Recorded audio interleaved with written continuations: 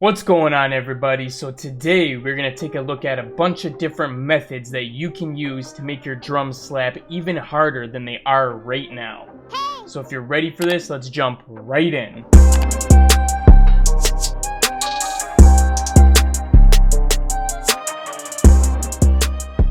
Okay, the first tip, and probably the tip that you hear the most often, is make sure that you're using good drum samples. It's super important, alright?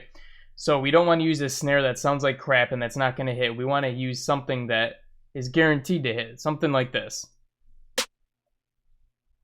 Alright, you can hear that snare just punches through and it's going to hit above the mix so that you can hear it above everything else. So make sure that all the drums you're using are quality samples. If you're using something that doesn't feel right or you don't think is good, take that as a sign to change it out right away. Alright, so the next tip is going to be make sure that you're turning up the velocities all the way on your drums, okay? So you can see in my snare samples here, I have the velocities up all the way. Same thing for my second snare. My hi-hats are the same exact way, alright? Except for like when you're leading in or you're doing little fade outs, okay? So basically all of my drums are maxed out all the way. So that's going to make sure that they're hitting as hard as they possibly can. And if you need to get a little more oomph out of them, you can go into your controls tab here and you have another velocity option here as well. Okay, so you can always crank that bad boy up if you need to. That's really useful for your kicks so that you can make your kicks just punch way harder. The next tip is that you need to make sure you're getting your leveling right. Okay, so when we're playing our drums, kicking 808 here, you want to make sure that you can hear everything and that nothing is like fading out in the background and you can't hear it. You should be able to hear everything together.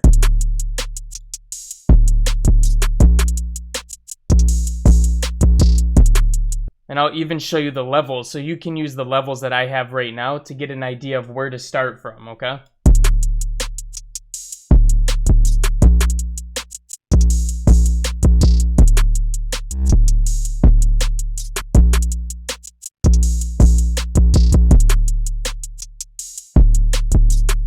So use that as a starting guide, and then you can tweak it from there, and you can build up to make sure that you have the right levels in all of your drum samples. Alright, so the next tip here is to go ahead and throw an EQ on your drum channel. Now the reason I do this is, when you have all these drums playing together, you have the 808, the kick going, and the instruments, the drums tend to fade out in the high range. So what you can do is you can open up any EQ that you have here, and just go ahead and boost the highs. I have my highs boosted about 3 dBs here. Okay, but I also make up for it by subtracting a dB, because that's what it ended up being. It ended up being a dB higher than it was normally. So make sure that you're accounting for this. Go ahead and gain stage appropriately. Now, when I put this on my drum channel, this is the last thing that I do after everything else is finished. You don't want this to be on while you're trying to use your drums, because then you aren't able to get the levels right. Alright, so the next thing I want to talk about is if you should use a soft clipper or not. So personally, I haven't been using a soft clipper recently, just because the beats that I've been making recently don't need a soft clipper. So you can use one for sure, or you don't have to use it. It's all dependent on the beat that you make. Okay, so the rule that I go by that decides if I'm gonna use a soft clipper or not is I play the whole thing together, everything. And if it's not distorting too much and you can't hear the distortion that much, a little bit's fine. But if you can't hear it that much, then there's no reason to soft clip it, because it might sound better without it being soft clipped. So let's hear this really quick.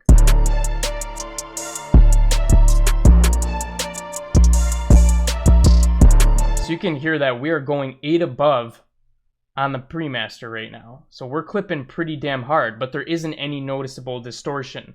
So there's no reason for me to throw it on here. And what you want to do with the soft clipper is go ahead and put that on your drum channel. Don't put it on the pre-master. Don't put it on the master. Just make sure that you're putting it on the drum channel, because you only want to clip the drums. You don't want to start clipping out shit from your lead.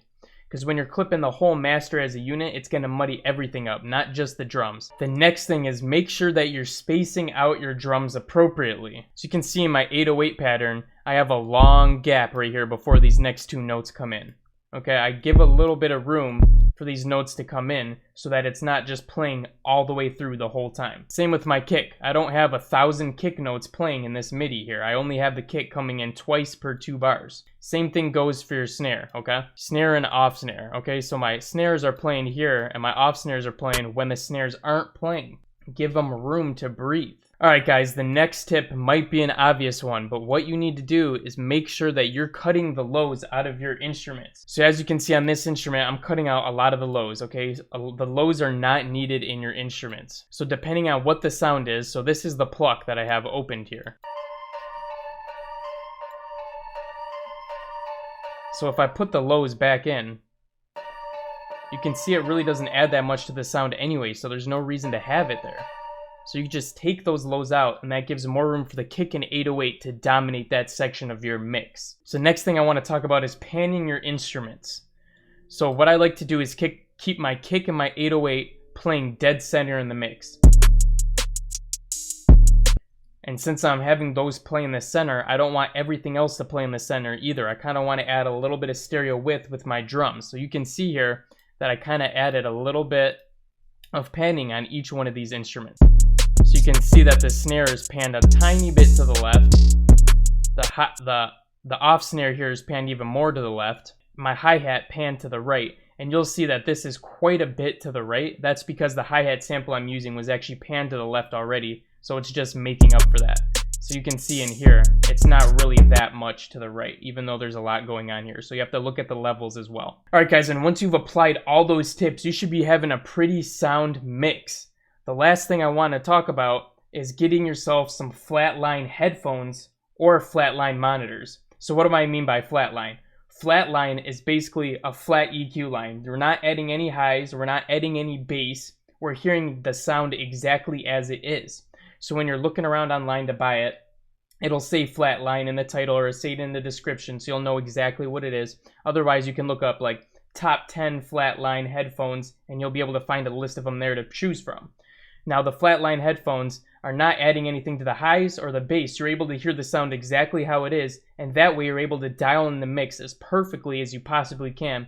So when you are playing it on some speakers or some headphones that are not flatline, that have it bass, that have it boosted, it's going to sound even better. Alright guys, so that's going to wrap up the tips that you can use to make your drums smack way harder than they are right now. So if you're applying all these things, there is no reason why your drums should not be knocking. But anyways, thank you so much for watching all the way to the end of this tutorial. If you're new to the channel, bro, hit that subscribe button because we're uploading new tutorials every single day. And besides that, I'll be catching you again in the next one. Peace out.